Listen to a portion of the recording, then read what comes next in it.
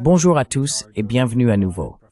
Nous sommes rejoints aujourd'hui par le professeur Jeffrey Sachs pour discuter de certaines des, disons, fragiles justifications avancées pour poursuivre ce changement de régime au Venezuela. Merci beaucoup d'être avec nous. C'est un plaisir. Eh bien, les efforts des États-Unis pour renverser le gouvernement au Venezuela ne sont guère nouveaux, et ils ne sont pas propres à Trump non plus. Comment évaluez-vous cette histoire de projet de changement de régime au Venezuela? Eh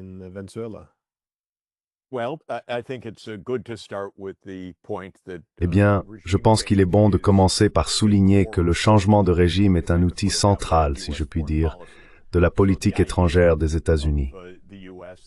L'idée est que lorsque les États-Unis n'aiment pas un gouvernement en place, ils agissent pour le renverser, par un coup d'État, une guerre, des troubles ou la fuite d'un dirigeant. C'est une pratique courante de la politique étrangère américaine.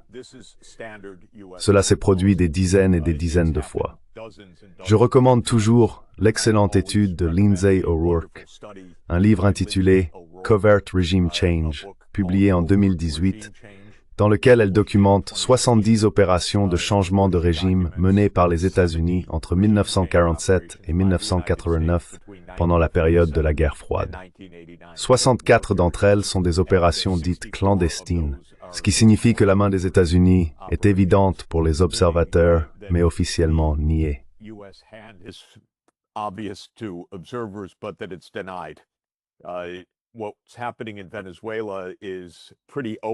Ce qui se passe au Venezuela est assez évident. Le président se vante même fièrement d'avoir chargé la CIA de mener des opérations à l'intérieur du Venezuela. Il ne nous a pas encore dit exactement en quoi elles consisteront. Il a rassemblé une grande flottille près du Venezuela. De nombreux politiciens américains ont menacé Maduro. Les États-Unis ont mis une prime de 50 millions de dollars sur sa tête, digne du Far West. Il s'agit donc d'une opération de changement de régime particulièrement vulgaire et flagrante, mais qui fait partie de l'arsenal habituel de la politique étrangère américaine, sans différence avec des dizaines d'autres opérations du même type. Cela n'a absolument rien à voir avec les stupéfiants, pourrais-je ajouter, et on peut le constater d'une manière presque hilarante, mais tragiquement comique.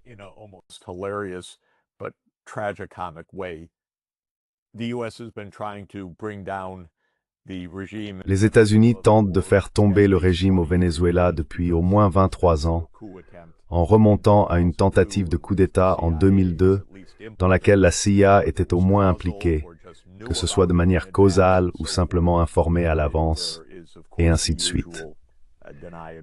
Il y a bien sûr la dénégation habituelle et les démentis. Mais quoi qu'il en soit, il y a eu une tentative de coup d'État contre le prédécesseur du président Nicolás Maduro, Hugo Chávez, en 2002, au sujet de laquelle les États-Unis, sans aucun doute, étaient parfaitement au courant avant qu'elle ne se produise, ont rapidement soutenu le gouvernement post-coup d'État, puis, lorsque Chávez a repris le pouvoir, ont déclaré « Nous n'avons rien à voir avec ça ». Depuis, de multiples explications et justifications ont été avancées. L'explication liée aux stupéfiants est la plus récente, et je dirais la plus fragile de toutes. Je ne pense pas que quiconque la prenne au sérieux.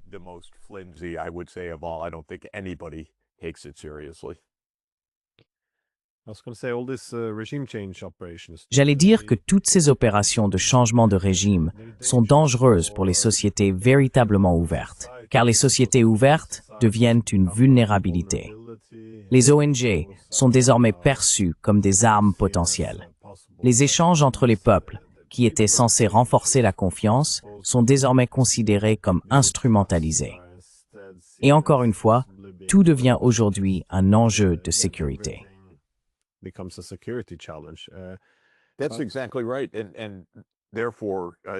C'est tout à fait exact.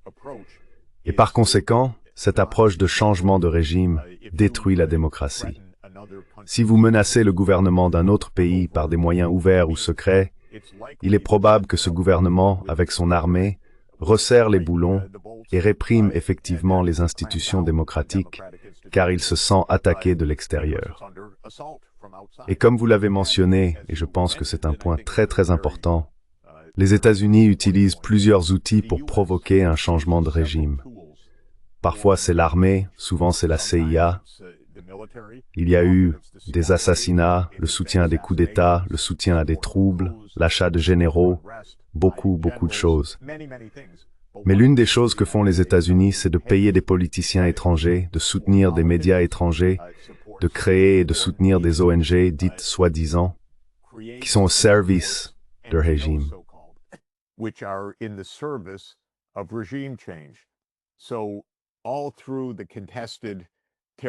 Ainsi, dans tous les territoires contestés d'Europe de l'Est, du Caucase et de l'ex-Union soviétique, on voit les États-Unis jouer à des jeux, soutenant activement une forme de subversion ou de contrôle du récit à travers des médias financés par les États-Unis. Ensuite, le gouvernement dit généralement « Vous devez vous enregistrer comme agent étranger ou nous vous fermerons ». Et alors Bruxelles s'agite en disant « Oh, regardez comme ils sont antidémocratiques ». Vous savez, je ne sais pas si ces gens sont des imbéciles. Je pense qu'ils sont fondamentalement malveillants, pas idiots. C'est un jeu, essayer d'acheter son entrée, de soudoyer son entrée, ou de renverser le pouvoir dans un autre pays. Et lorsque ce pays resserre les règles ou expulse l'ONG que vous souteniez, elle se retrouve étiquetée comme agent étranger.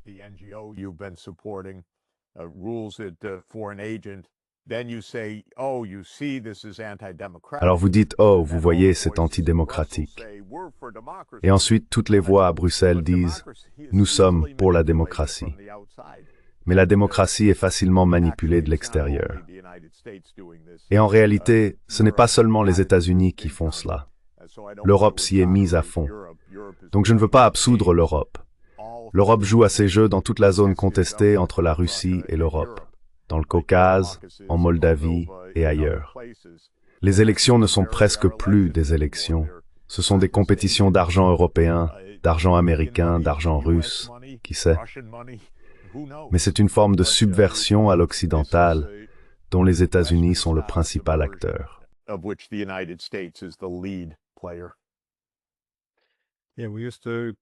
Oui, il y a environ 15 ans, nous critiquions le concept russe de démocratie souveraine. Il disait, d'abord, nous devons avoir la souveraineté, éliminer l'influence étrangère, puis nous pourrons avoir la démocratie. Et cela était perçu comme une attaque contre la démocratie elle-même.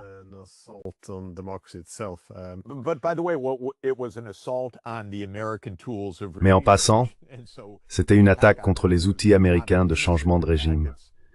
Donc l'attaque n'était pas innocente. C'est comme dire, oh, ils se défendent contre nos manigances. Et c'est bien là le problème. Quand on joue à ce genre de jeu, on en subit les conséquences de tous côtés. Ensuite, on dénonce les jeux de l'autre camp. Mais il faut regarder comment tout cela évolue. C'est, je dirais, la forme prédominante de la politique étrangère des États-Unis depuis de nombreuses décennies. Après tout, s'il y a eu 70 cas entre 1947 et 1989, bien documentés par le professeur O'Rourke, et des dizaines d'autres depuis, j'en ai vu certains de mes propres yeux. Des choses assez laides quand on observe le gouvernement américain à l'œuvre. C'est une drôle de politique étrangère. On ne parle pas à l'autre camp, on le renverse.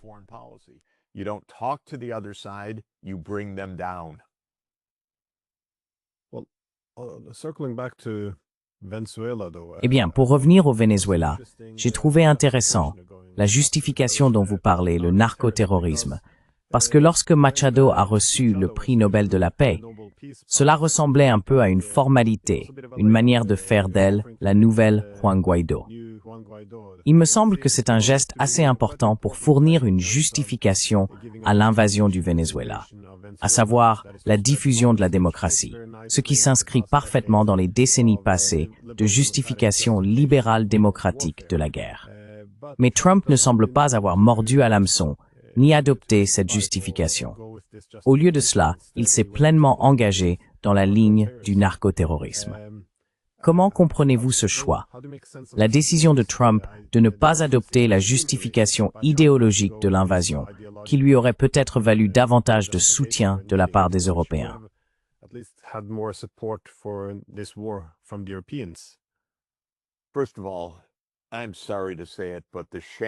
Tout d'abord, je suis désolé de le dire, mais la honte que le comité norvégien du prix Nobel de la paix a jetée sur le prix Nobel de la paix est incroyable.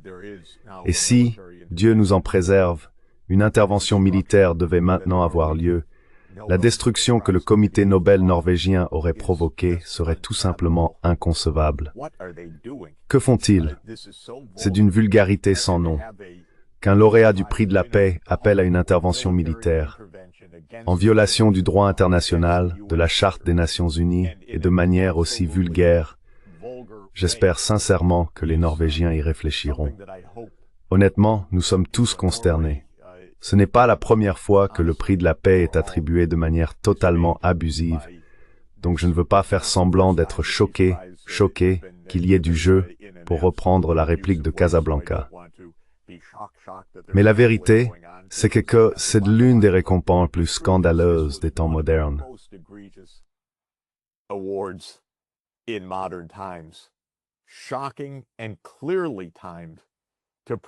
Choquant et clairement programmé pour promouvoir une opération de changement de régime. C'est terrible. Bon, espérons que cela ne se produira pas réellement. En termes d'explication, je pense qu'il faut préciser une chose d'un point de vue méthodologique. La politique étrangère, selon moi et selon mon expérience, est une coalition d'intérêts. Il y a donc rarement une seule motivation et rarement un seul récit. Quelles sont les motivations dans le cas du Venezuela, puisque le gouvernement américain s'y emploie depuis plus de 20 ans et de manière assez active? Cela a impliqué au moins George W. Bush, Obama, qui a imposé des sanctions pendant son mandat, Trump et maintenant Biden. Donc c'est Biden and Trump too. So this is all the presidents. Tous les présidents. Il s'agit d'une politique étrangère de l'État profond, pas simplement de quelque chose que Trump aurait inventé de son propre chef. C'est une opération de la CIA qui est au cœur de l'État profond et qui remonte à plus de 20 ans. Alors, pourquoi le Venezuela? Pour de nombreuses raisons. L'une d'elles est que c'est un régime de gauche. Les États-Unis s'opposent au régime de gauche dans l'hémisphère occidental depuis un siècle. En gros, depuis que Theodore Roosevelt a déclaré le droit des États-Unis d'aller, j'allais employer une vulgarité, mais je ne le ferai pas, d'aller intervenir et renverser des gouvernements à volonté. C'est ce qu'on appelle le corollaire de Theodore Roosevelt à la doctrine Monroe.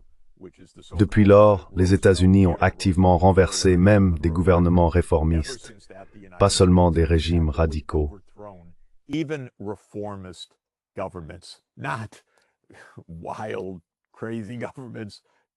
Des gouvernements considérés comme radicaux ou simplement réformistes, comme celui d'Arbenz au Guatemala en 1954. Il suffit de prononcer les mots « réforme agraire » pour que les États-Unis s'opposent à vous. Au Guyana, les États-Unis ont renversé un gouvernement, malheureusement, durant la première année de mandat du président Kennedy en 1961. Une action pour laquelle Arthur Schlesinger Jr. a présenté des excuses 30 ans plus tard. Les gouvernements de gauche, surtout depuis Fidel Castro, ont été des cibles de renversement. Et Hugo Chavez était un homme de gauche et un nationaliste. Et en réalité, je dirais même un pan-latino-américaniste, ce qui est encore mieux que d'être simplement un nationaliste. Mais il a résisté à l'hégémonie américaine dans l'hémisphère occidental. Et c'est pourquoi il a été une cible du coup d'État.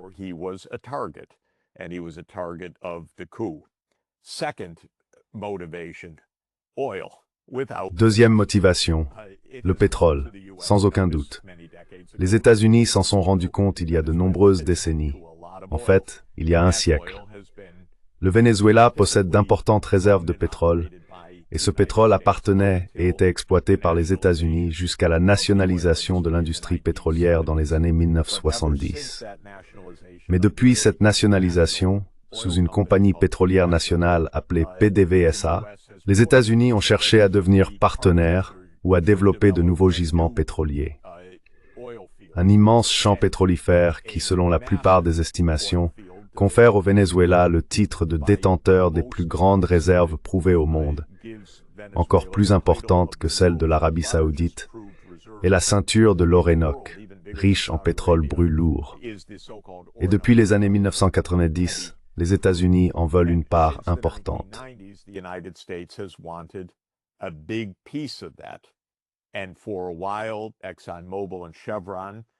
Pendant un certain temps, ExxonMobil et Chevron obtenaient des contrats et des concessions. Puis dans les années 2000, sous Chavez, il a déclaré que les intérêts vénézuéliens devaient détenir au moins la majorité dans chacune de ces concessions. ExxonMobil a protesté et a été nationalisé. S'il y a bien une cause de guerre aux États-Unis, c'est de toucher à l'industrie pétrolière américaine. Et c'est exactement ce à quoi Chavez s'est attaqué. Depuis, les États-Unis ont essentiellement cherché à placer le Venezuela entre des mains amies. Et notre lauréat du prix Nobel déclare ouvertement « Quand nous prendrons le pouvoir, nous ouvrirons ces ressources aux intérêts américains. » On ne pourrait pas inventer ça, sauf que c'est exactement le genre de langage que Zelensky a utilisé pour maintenir l'intérêt des États-Unis et de Trump pour l'Ukraine également.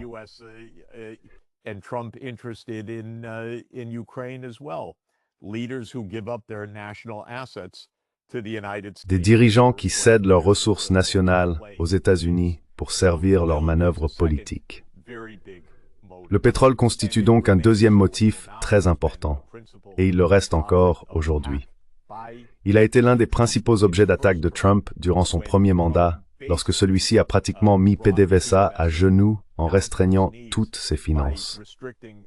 En saisissant ses actifs aux États-Unis et en les attribuant à un soi-disant président intérimaire, Juan Guaidó, que les États-Unis, depuis le bureau ovale, ont désigné comme le véritable président du Venezuela. Le pétrole est donc un élément majeur de cet intérêt. Il y a un autre aspect de cette histoire. Le Guyana, pays voisin, est devenu une véritable manne pour ExxonMobil.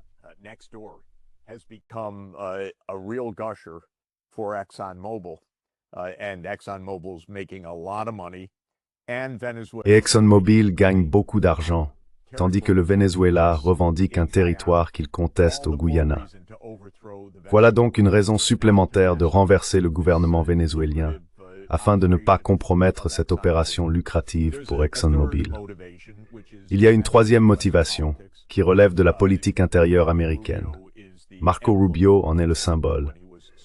Lorsqu'il était sénateur de Floride, il a défendu la cause du renversement des gouvernements de gauche dans les Amériques, au Venezuela, à Cuba, au Nicaragua. Cela plaît beaucoup à la communauté expatriée du sud de la Floride. Cela rapporte des voix. Rubio faisait donc appel à une politique très locale. Pourquoi cela aurait-il un impact sur la politique nationale?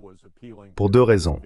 Premièrement, la Floride est un État clé avec un grand nombre de votes électoraux.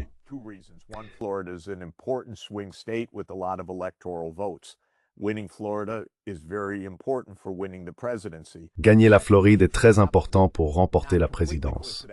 Deuxièmement, il se trouve, non pas tout à fait par coïncidence, que Marco Rubio a été nommé secrétaire d'État.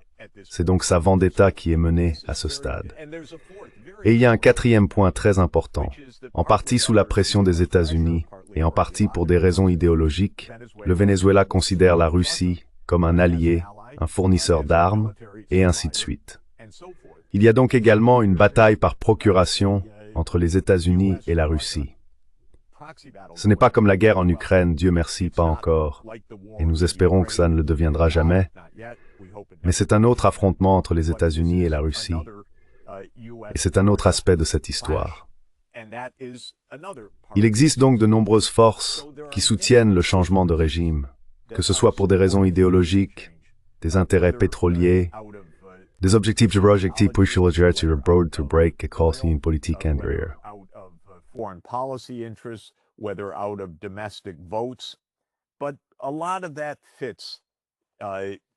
Une grande partie de cela correspond à l'agenda de Trump. Mais je dois encore insister sur le fait qu'il s'agit d'un programme qui remonte à George Bush Jr. Donc ce n'est pas propre à Trump. Trump est le plus ouvert et le plus vulgaire de tous nos présidents. Il est célèbre pour dire les choses que les autres ne disent pas, à propos des renversements, de la violence, du désir des ressources des autres, et ainsi de suite. Il ne fait que révéler ce qui se cache sous la surface et dont on ne parle pas en société. Trump éprouve en réalité une certaine excitation à dire tout haut ce que les autres ne veulent pas dire, et cela fait aussi partie de ce qui se passe. Dernier point à ce sujet, juste pour noter quelque chose de très intéressant. Lorsque Trump est arrivé au pouvoir en 2017, il a eu un dîner avec des dirigeants latino-américains. Deux des présidents présents m'ont raconté indépendamment, en substance, la même histoire. Trump s'est adossé pendant le dîner et a dit « Pourquoi ne pas simplement envahir le Venezuela ?»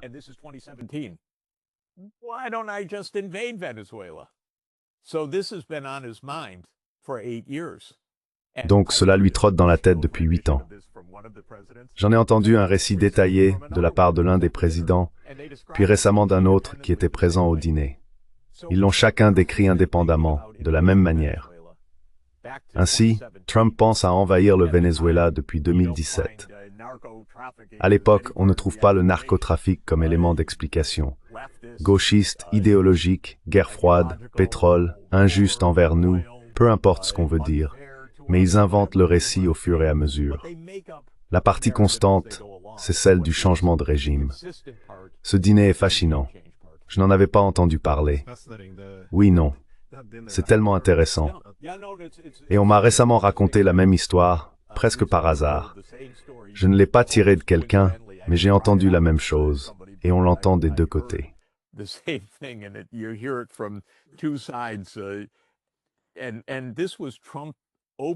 Et c'était Trump qui réfléchissait ouvertement. Et ses dirigeants ont dû lui dire, « Au fait, Monsieur le Président, ce n'est probablement pas une très bonne idée. Il existe d'autres façons de faire les choses. » Et c'est ce qu'ils ont fait. C'est donc très intéressant à suivre. Déjà sous Obama, très surprenant, un autre lauréat du prix Nobel de la paix, il avait déclaré que le Venezuela constituait une urgence nationale pour la sécurité nationale des États-Unis, car il invoquait l'International Economic Emergency Power Act, l'IEPA, et il avait commencé à imposer des sanctions. Puis Trump est arrivé et a renforcé cela, créant un régime de sanctions global qui a pris une production pétrolière déjà en déclin et l'a écrasée, parce que PDVSA ne pouvait plus obtenir de pièces détachées.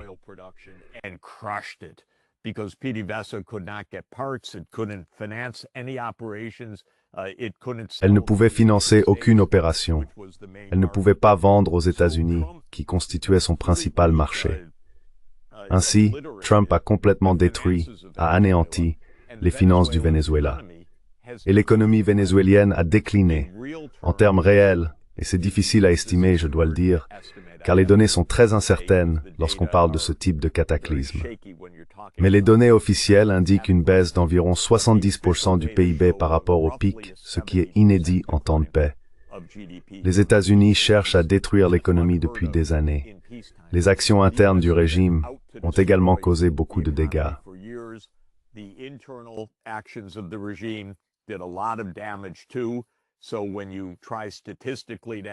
Donc, lorsque vous essayez statistiquement de déterminer quelle part était due aux sanctions et quelle part relevait de facteurs internes, peut-être que c'est du 50-50, ou peut-être du 60-40, dans un sens ou dans l'autre. Mais les deux ont joué un rôle. Trump voulait écraser le Venezuela pendant son premier mandat. Et puis, comme nous l'avons mentionné à plusieurs reprises, soudainement, lorsque les sanctions n'ont pas conduit au renversement du régime, les États-Unis ont simplement annoncé « Nous choisissons un politicien. » D'accord, il est au Congrès. Juan Guaido, il est président. C'est une approche très intéressante, celle de pouvoir déclarer le président d'un autre pays depuis le bureau ovale des États-Unis. Ils ont essayé cela.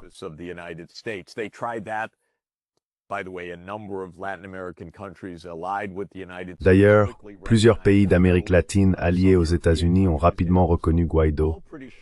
Certains pays européens aussi. Tout cela est assez éhonté, car c'est une sorte d'absurdité et une tragédie dans un monde qui peine à faire respecter le droit international de voir le président de l'Empire, les États-Unis, déclarer qui est le président d'un autre pays. Ils ont tenté ce coup-là. Cela n'a pas non plus fonctionné. Et nous en sommes maintenant revenus à l'accumulation d'une grande flottille au large de Caracas, aux menaces d'action militaire et au président ricanant à propos de la mission confiée à la CIA pour des opérations secrètes à l'intérieur du Venezuela.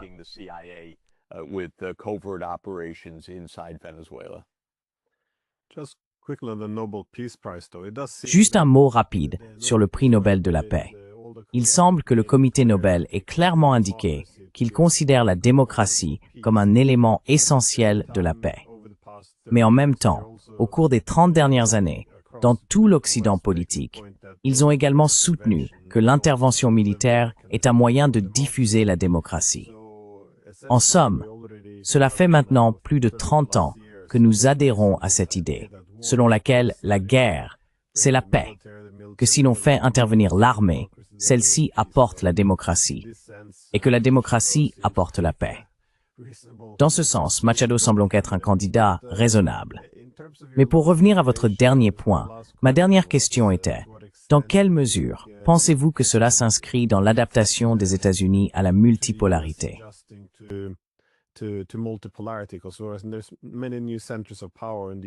Il existe de nombreux nouveaux centres de pouvoir, et les États-Unis doivent établir des priorités plus claires. Il semble bien sûr que l'Europe soit reléguée au second plan. Il s'agit davantage d'en extraire des ressources et de lui faire assumer une partie des responsabilités. La Chine, bien entendu, doit être affrontée de manière plus vigoureuse, puisqu'elle constitue le principal rival. Mais en ce qui concerne les attentes dans l'hémisphère occidental, vous avez mentionné que les États-Unis s'inquiètent non seulement du fait que les Vénézuéliens collaborent trop étroitement avec la Chine et la Russie. Pensez-vous que les États-Unis chercheront à imposer davantage de discipline dans l'hémisphère occidental, afin de s'assurer que dans un monde multipolaire, ces territoires demeurent des zones d'influence exclusives des États-Unis?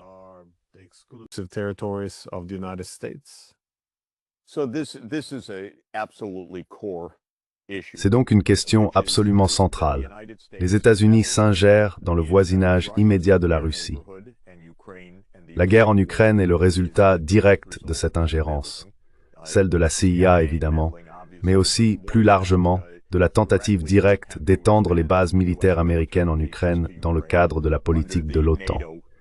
Cela a provoqué la guerre en Ukraine. Les États-Unis s'ingèrent également en Asie de l'Est et déploient leur puissance militaire tout autour de la Chine. Depuis des décennies, des dizaines et des dizaines d'années, ils invoquent une approche dite de la première chaîne d'îles, cherchant à limiter l'accès de la Chine à l'océan Bleu, au Pacifique, par une chaîne de domination militaire américaine le long des îles du Japon, de Taïwan, des Philippines et de Guam.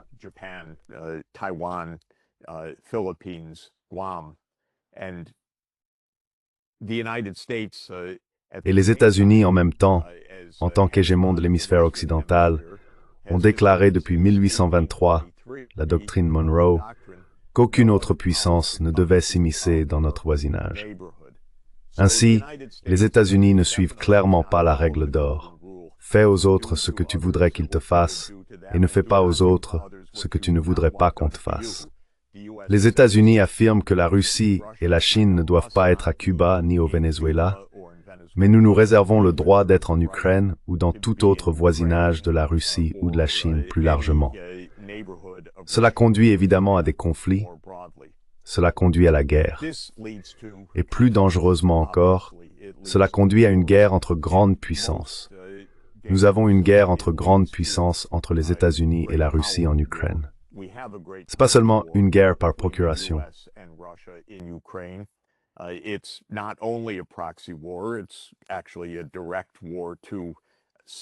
C'est en réalité une guerre directe, dans une certaine mesure. Dieu merci, elle ne s'est pas transformée en une guerre directe, totale, ce qui serait dévastateur pour l'humanité. Mais c'est très dangereux. Que faire face à cela? J'ai une approche que je promeus, que j'appelle les sphères de sécurité. Et je distingue les sphères de sécurité des sphères d'influence. L'ancienne idée, bien connue en politique, en sciences politiques et en relations internationales est que les grandes puissances ont leur sphère d'influence, que le Venezuela et Cuba font partie de la sphère d'influence de l'Amérique. Elles peuvent se comporter envers ces pays comme des hégémons, et les autres grandes puissances doivent s'en tenir à l'écart. C'est ainsi que le monde a été divisé.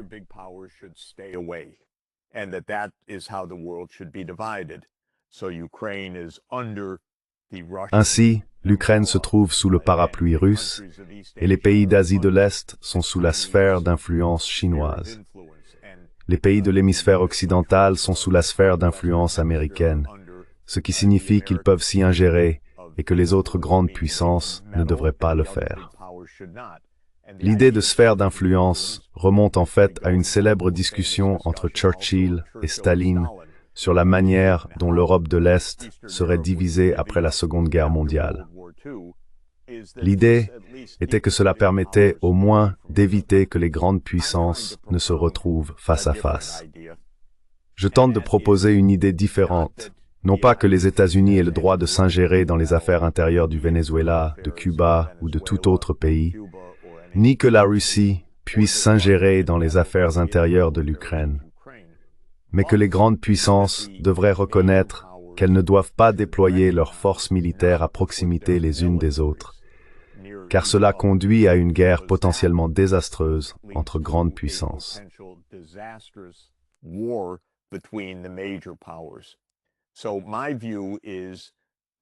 À mon avis, les États-Unis ne devraient pas chercher à étendre l'OTAN à l'Ukraine ou à la Géorgie, car cela constitue un casus belli. C'est une cause de guerre, la cause des conflits que nous menons. Je n'aime pas que le Venezuela soit armé par la Russie, car du point de vue des États-Unis, c'est aussi une cause de guerre. J'aimerais donc que les grandes puissances, notamment les États-Unis, disent au gouvernement russe « Écoutez, de l'OTAN, c'était une idée terrible.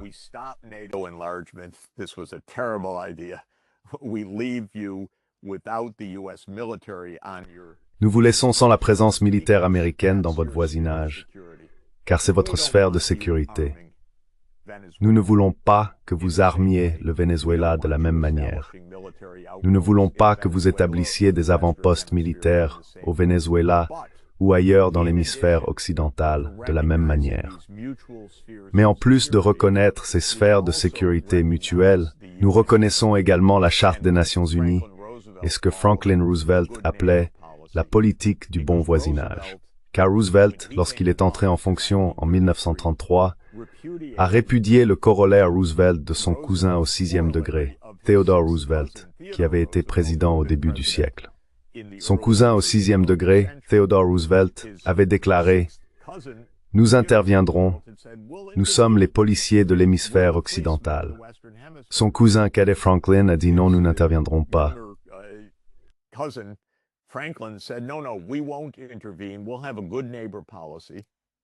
Nous aurons une politique de bon voisinage, mais nous ne voulons pas non plus que l'hémisphère occidental soit utilisé par d'autres forces belligérantes.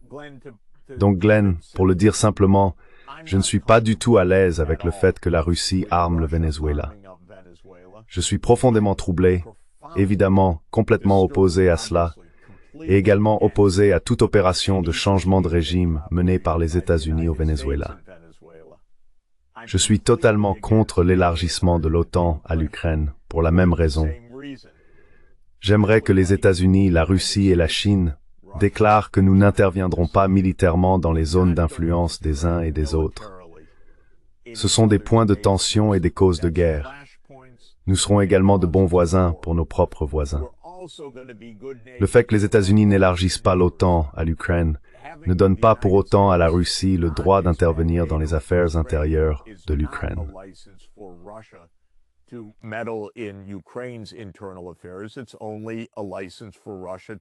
C'est simplement une autorisation donnée à la Russie de dire non à l'élargissement de l'OTAN, et de la même manière dans l'hémisphère occidental en Asie de l'Est.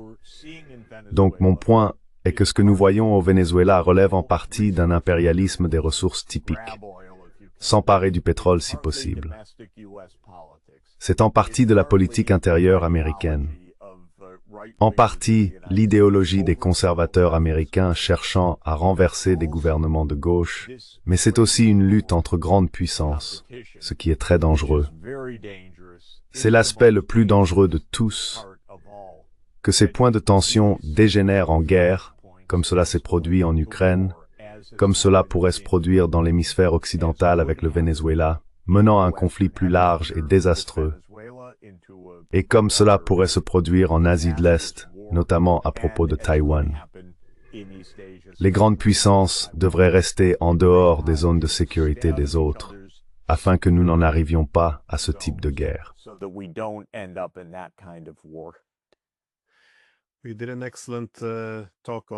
Nous avons eu une excellente discussion dans une série sur la sécurité et je laisserai un lien vers celle-ci dans la description, car je ne saurais trop la recommander.